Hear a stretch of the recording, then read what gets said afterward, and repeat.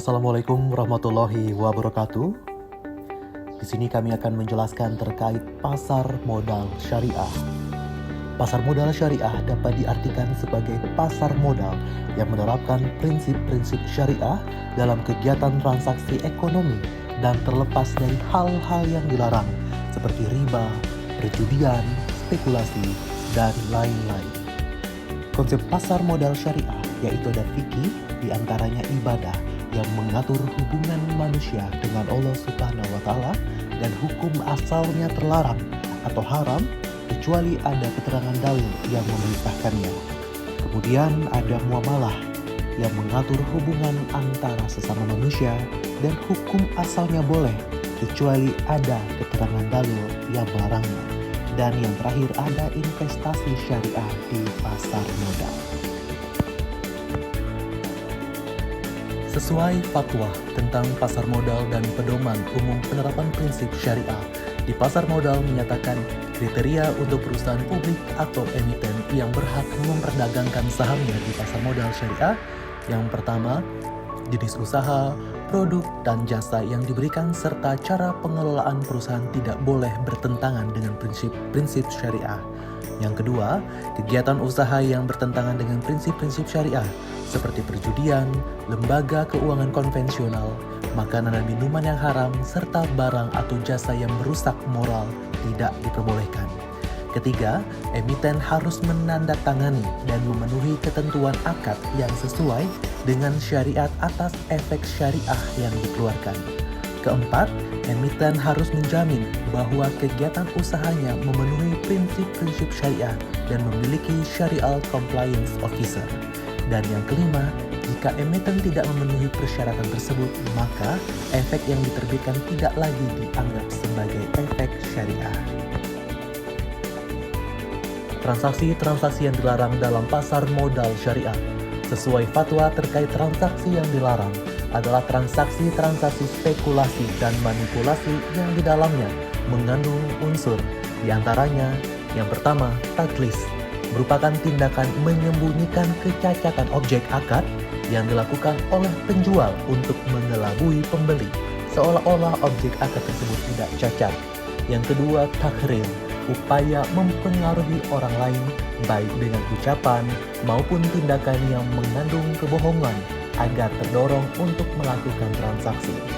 Ketiga, najsi, yaitu tindakan menawar barang dengan harga lebih tinggi oleh pihak yang bermaksud membelinya untuk menimbulkan kesan banyak pihak yang berminat membelinya. Yang keempat, iktikar, yaitu membeli suatu barang yang sangat diperlukan masyarakat pada saat harga mahal dan menimbunnya dengan tujuan untuk menjualnya kembali pada saat harganya lebih mahal. Yang kelima, gisisi, yaitu suatu bentuk tadlis yang merupakan penjualan menjelaskan atau memaparkan keunggulan atau keistimewaan barang yang dijualnya serta menyembunyikan kecacatannya. Keenam, gaban, ketidakseimbangan antara dua barang atau objek yang dipertukarkan dalam suatu akad, baik segi kualitas maupun kuantitasnya. Yang ketujuh, bai alam dum, melakukan penjualan atas barang atau efek syariah yang belum dimiliki atau short selling.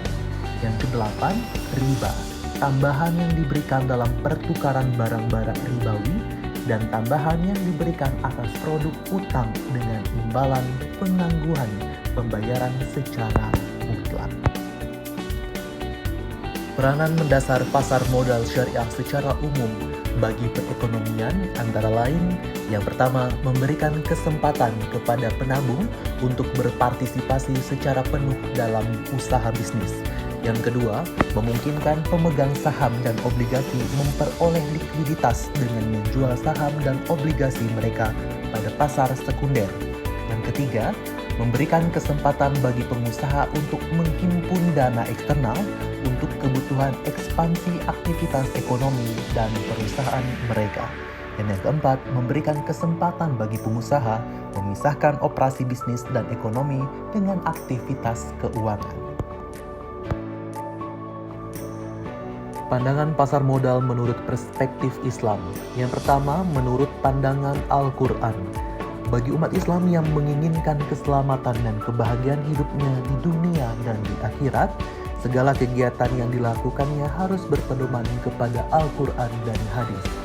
Pasar modal, meskipun tidak disebutkan secara detail dalam Al-Quran dan hadis, tetapi pasar modal yang merupakan kegiatan transaksi jual beli seharusnya mengikuti ketentuan syariah, seperti tidak ada paksaan, penipuan, atau ketidakpastian mengenai barang yang diperdagangkan.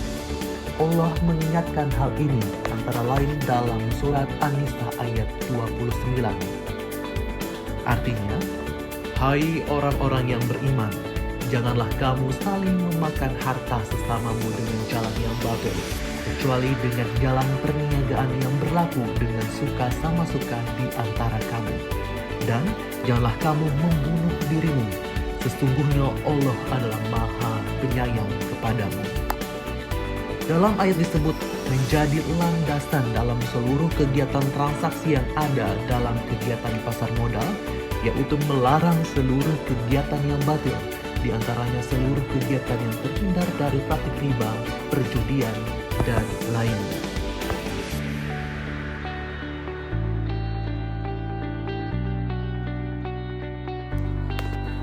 Kemudian, menurut pandangan hadis, dalam sejarah Islam, konsep mudarabah atau bagi hasil telah digunakan sebagai bentuk investasi langsung. Contohnya, Abu Musa al-Asy'ari menitipkan uang kepada dua anak Umar bin Khattab untuk dijadikan modal usaha dengan pembagian keuntungan antara mereka berdua dan tanggung jawab atas kerugian jika harta tersebut binasa. Prinsip ini bisa dijadikan acuan dalam pasar modal jika emiten menjamin pembagian dividen dan pelunasan emisi. Jenis produk dan jasa di pasar modal syariah ada 3, yaitu saham syariah, yang kedua sukuk, dan yang ketiga reksadana syariah. Mari kita bahas satu persatu.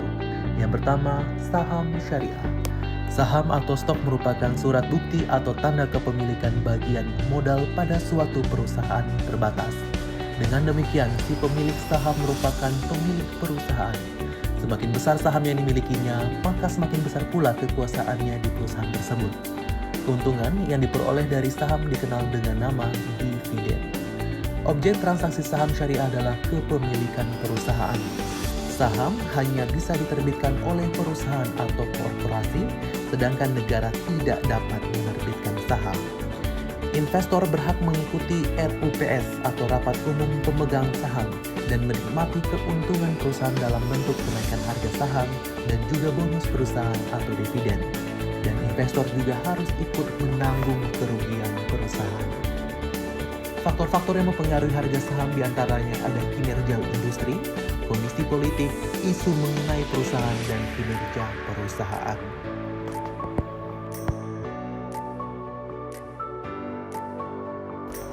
Keuntungan dari investasi saham.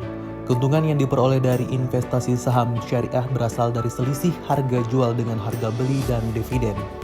Investor disebut memperoleh capital gain atau keuntungan investasi apabila selisih dari harga jual terhadap harga beli adalah positif. Sedangkan apabila selisih harga jual terhadap harga beli adalah negatif atau harga jual lebih murah dari harga beli, maka investor memperoleh kerugian investasi atau disebut dengan capital loss. Indeks saham syariah. Indeks saham syariah adalah variabel yang menunjukkan kinerja saham syariah atau pasar saham syariah. Indeks saham syariah merupakan indikator pembanding dan pengukur kinerja portofolio saham syariah. Indeks saham syariah dibagi menjadi 3, yaitu yang pertama, indeks saham komposit, yaitu adalah indeks saham yang menghitung seluruh saham yang tercatat di Bursa Efek.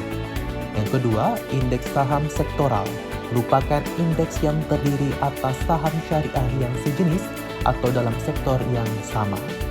Dan yang ketiga, indeks saham dengan kriteria khusus, adalah indeks yang mensyaratkan seluruh saham yang dihitung adalah saham yang memenuhi atau lolos kriteria yang ditentukan.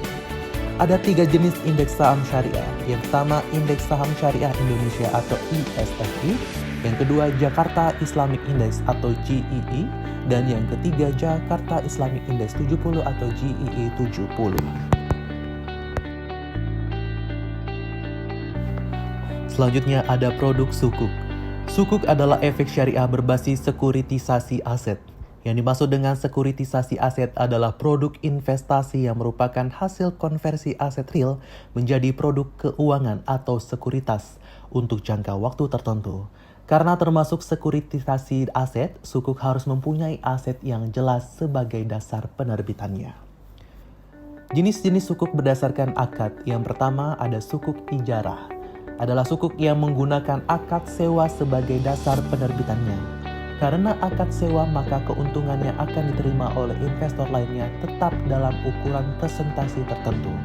Sumber pendapatan sukuk ijarah yang akan dikonversi menjadi keuntungan yang dibagikan kepada investor berasal dari ujroh penyewaan underlying aset atau dasar penerbitannya. Selanjutnya sukuk mudharabah adalah sukuk yang menggunakan skema akad mudharabah sebagai dasar penerbitannya. Investor sebagai pemilik modal dan penerbit sukuk atau emiten sebagai pengelola aset. Dalam hal ini yang dimaksud dengan mudarib adalah pengelola usaha yaitu manajemen perusahaan. Sedangkan perusahaan adalah bentuk kerjasama. Investor melalui wakilnya melakukan akad kerjasama pembiayaan berbasis mudharabah dengan emiten untuk mengelola suatu aset selama periode tertentu. Dana yang digunakan untuk pembiayaan berasal dari investor, sedangkan keuntungan investasi yang diterima investor berasal dari hasil usaha pengelolaan aset oleh emiten. Selanjutnya, sukuk wakalah adalah sukuk yang menggunakan skema akad wakalah sebagai dasar penerbitannya. Investor sebagai pihak pemberi kuasa dan emiten atau penerbit sukuk sebagai penerima kuasa.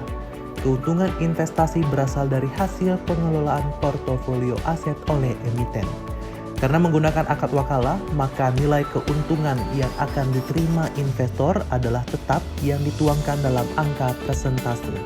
Sebagai wakil, emiten harus mengelola dana sesuai dengan jenis portofolio aset yang disepakati dan disampaikan kepada investor. Portofolio aset bisa fleksibel berdasarkan komposisi yang disetujui oleh investor. Bahkan, asetnya bisa diubah atau diganti sebelum jatuh tempo sepanjang tidak mengubah struktur akad wakalah secara keseluruhan. Selanjutnya produk yang ketiga yaitu reksadana syariah. Reksadana syariah adalah efek syariah berbentuk pengumpulan dana investor melalui penerbitan produk reksadana yang memenuhi prinsip Islam. Pada dasarnya, akad yang digunakan dalam penerbitan reksadana adalah wakalah bil ujroh. Meskipun para pihak yang berakad bisa berbeda bergantung pada bentuk reksadana syariah. Selanjutnya mari membahas terkait mekanisme pembayaran di pasar modal syariah. Investor saham syariah yang akan melakukan transaksi jual beli saham di pasar modal Islam Indonesia harus melewati proses sebagai berikut.